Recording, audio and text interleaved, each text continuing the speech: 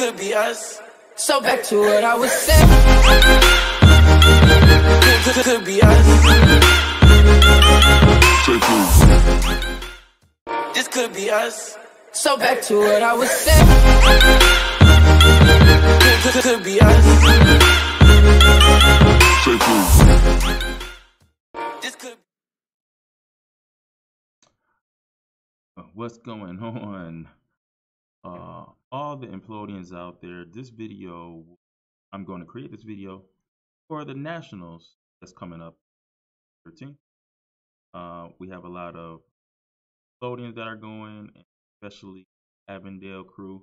Shout out to Avondale Gate, Sai, Avian, Bonnie, Luca, Lorvia. So many young Implodians right here getting ready for the.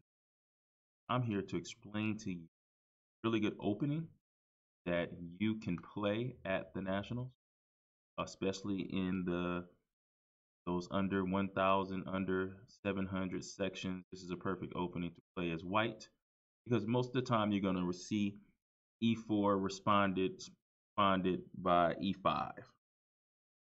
And we're going to go over the two knights, which is otherwise called the fried liver. But the technical term is the two knights. We're going to get into that, and I'm going to show you what to look for, what to do in the beginning of the game. And this is a really good opening for really quick games, quick attacks that can really knock out your opponent in the beginning of the game. All right, let's get into it.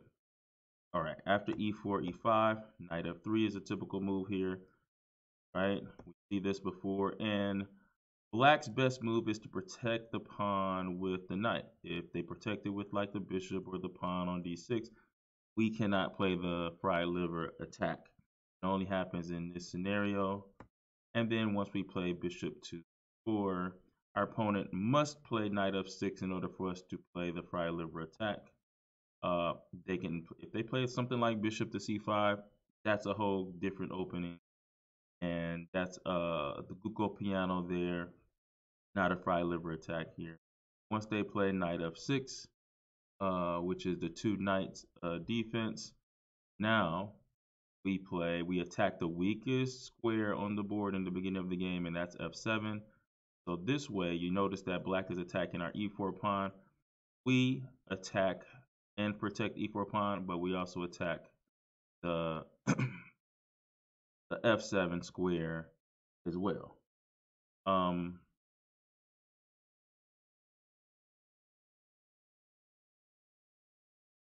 So you guys can play this for Black and for White because Black is okay if you know what you're doing. And so if you guys are playing Black and you're playing E5 and you're saying, hey, wait, what do I do when I'm going against a fried liver attack? Because remember, fried liver attack is White, right? Playing that attack against Black. You can play a great defense against this attack, but let's look at what happens if you're not playing so great here. Now, Black can meet this move a couple different ways. Of course, if Black protects F7, F7 attack twice. If you protect that with like Queen E7, it doesn't matter because the Queen is more valuable than these two pieces anyway. So that pawn is just taken there. So that wouldn't work. And so the only way to do this is to play either D5 or Bishop C5, and this is called the Traxler counter. Now, as White, with the Traxler counter attack, we probably best for us not to take with knight F7. Probably better for us to go bishop takes F7 check, and then the king has to step to E7, and then we go all the way to B3. Because now we're threatening to go knight F7. But the one thing that just happened, we just won a pawn. And then our opponent is probably going to play something like rook F8 to stop knight F7, and then play D3 because it develop, maybe bring this bishop out to, bishop here is very strong. I don't know, D6, go back to knight F3, go place queen E8, and probably H3, because you got to watch this attack here, and this pin could be tough. But here you're perfectly fine as white here. You can just continue just to play. Look at the king in the center. It can't castle anymore. And so just try to play like c3 and d4 or bishop e3. Try to open up the center. Remember, you guys are implodians. When you're up in development, the king is stuck in the center. You want to open up the center. All right. So back here. So that's what we would do if we see bishop c5. We would take with the bishop check here. We don't really want to, I will say this, if we take with the knight, white is okay, but black has a forced draw that we don't want to go into, okay? Because of bishop takes, king takes here, then the knight takes check here, queen h4, threatening checkmate, knight takes here, and knight d4 is going to be back and forth.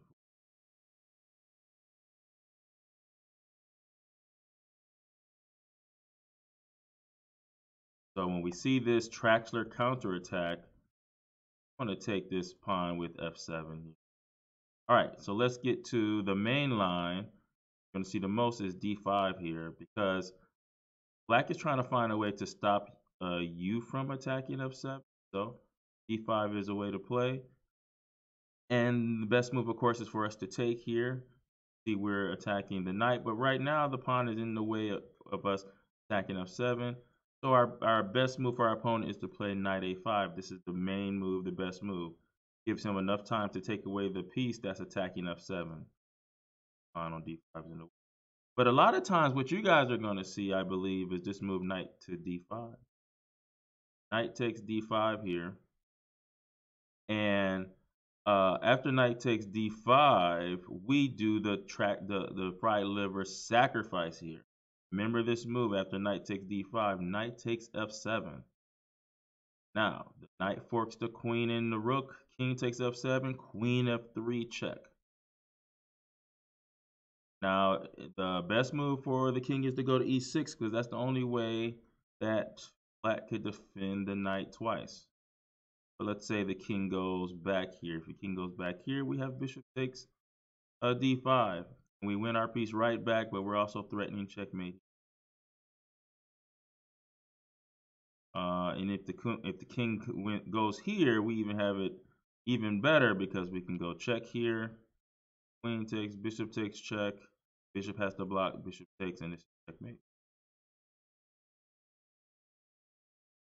So that means after king takes, queen f3, king e6, we just bring another piece to attack the pinned knight here. 1, 2.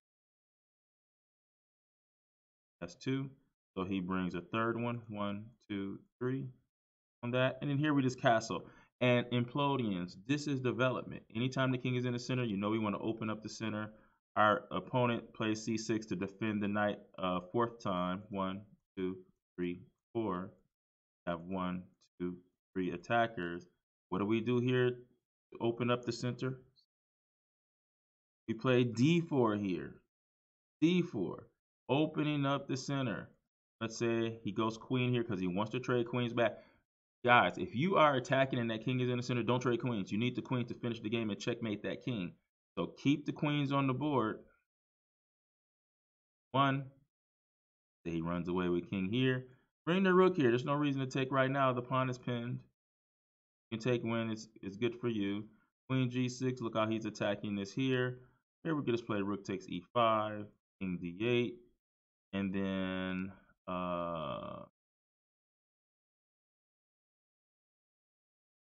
or actually, you know what? We don't even have to go rook takes e5. We can actually go not a3 because he's actually not threatening to take c2. I'm gonna show you guys why. Knight takes c2 looks like a fork, but what we do is knight takes d5 check. He goes takes here. We go rook takes e5 check. The bishop blocks, and then we skewer. We fork the knight and the queen at the same time. So you're going to lose the knight because he's going to move the queen away and give up the knight. So that doesn't work. Knight takes c2. All right.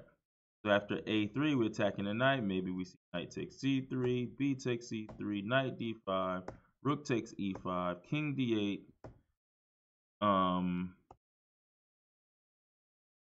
Bishop g5 check, the king c7, and like queen f3 here. Look how we're attacking the knight 3 times here. 6, g3. There's a discovery attack here. Rook 2, 7 would be. Goes queen d6 to get away from that. Bishop d2. And this is our position. I doubt you would get to a position like this. You probably would have a better position or a different route from your opponent before this happens. But this is completely winning for white, even down a piece. Because look at the bishop on f8, the bishop on c8, and the rook on a8. They're not even moved yet. And even the rook here. And all of your pieces are ready to come into the game. For instance, like bishop takes d5 is threatened. You're going to have bishop to f4, put it on the same bishop on the same diagonal as the queen. A lot of attacking chess here, and this is a good chance for you guys to get an early round knockout. All right, let's go back.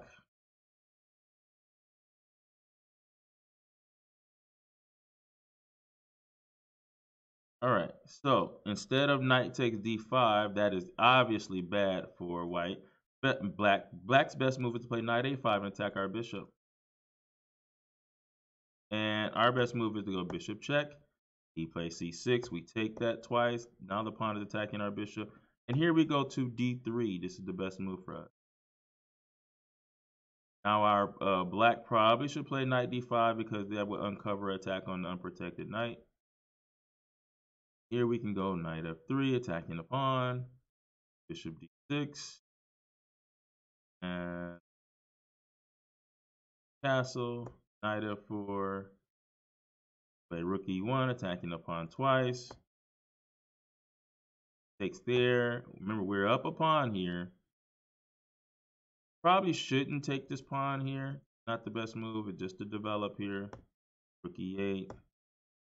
And now knight e4. The knight is in the center of the board. Our opponent has these two nice bishops. You ready to take one if you have to. Play c5, b3. We're going to get our bishop into the game on this diagonal. And then if he moves back here, we play bishop a3 and look at the c5 pawn here. Actually, this is not the best move. Rook c1 is the best move. We're in no rush to take this because we have 3 attacking it perfectly. We'll take here now. Play knight c5 and look at our nice knight. Covers so many good squares. Here, this pawn is unprotected here. Gonna have to figure out a way to defend. Be like queen 5, and then we play d4.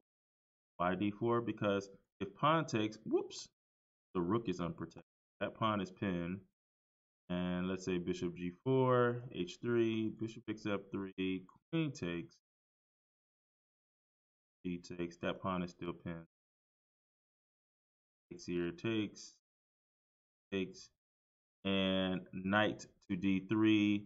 Now this rook is going to sneak up here to c4, attacking pawns here. Might even go to c7 where there's a pawn to attack there. You just play chess. Again, I don't even think it will get this far, guys. I don't think none of your opponents will know any of this we're talking about. I'm just showing you if everything goes wrong, how good your position will be, even if you don't get a first round knockout.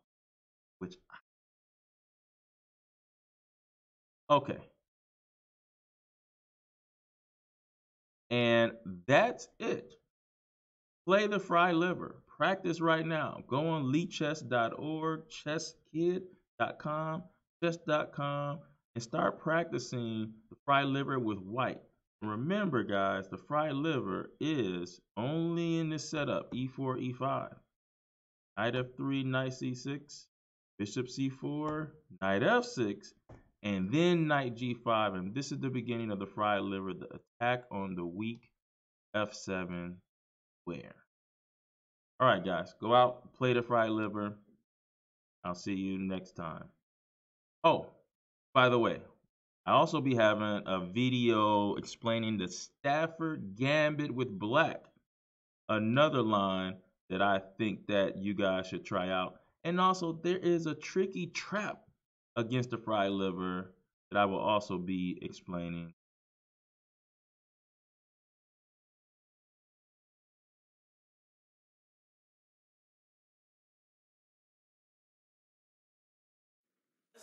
So back to what I was saying. could be us. Take